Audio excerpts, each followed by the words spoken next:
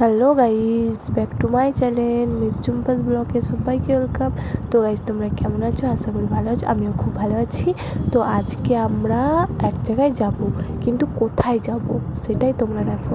তো আমরা আজকে মন্দিরে এসেছি, কালী মায়ের মন্দিরে।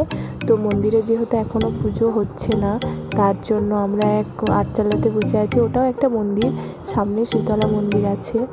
তো যখন যেহেতু এখন মন্দিরে পুজো হচ্ছে না, তার জন্য আমরা এক সাইডে গিয়ে বসেছিলাম। তো ভাবলাম তোমাদেরকে একটু দেখাই যে আমরা কোন মন্দিরে এসেছি। তো যেহেতু প্রচণ্ড গরম ছিল, তোমাদেরকে মন্দিরটা দেখাবো। দেখো চারিদিক, এদিকটাও দেখো। এটা তো তোমরা দেখো এটাও ওই একটা সামনে ওই মন্দিরটা দেখা যাচ্ছে। তো এই চারিদিকটা খুব সুন্দর লাগছিল, যেহেতু গ্রামের বাড়ি দেখতে একটু সুন্দরই লাগে।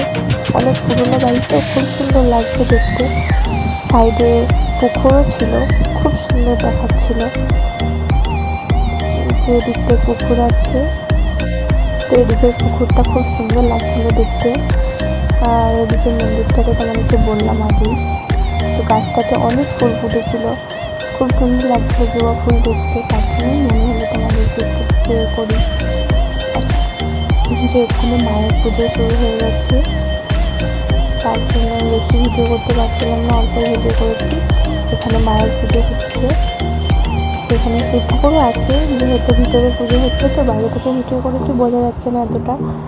আর এর পাশে শিব ঠাকুরও আছে, তোমাদেরকে দেখাচ্ছি।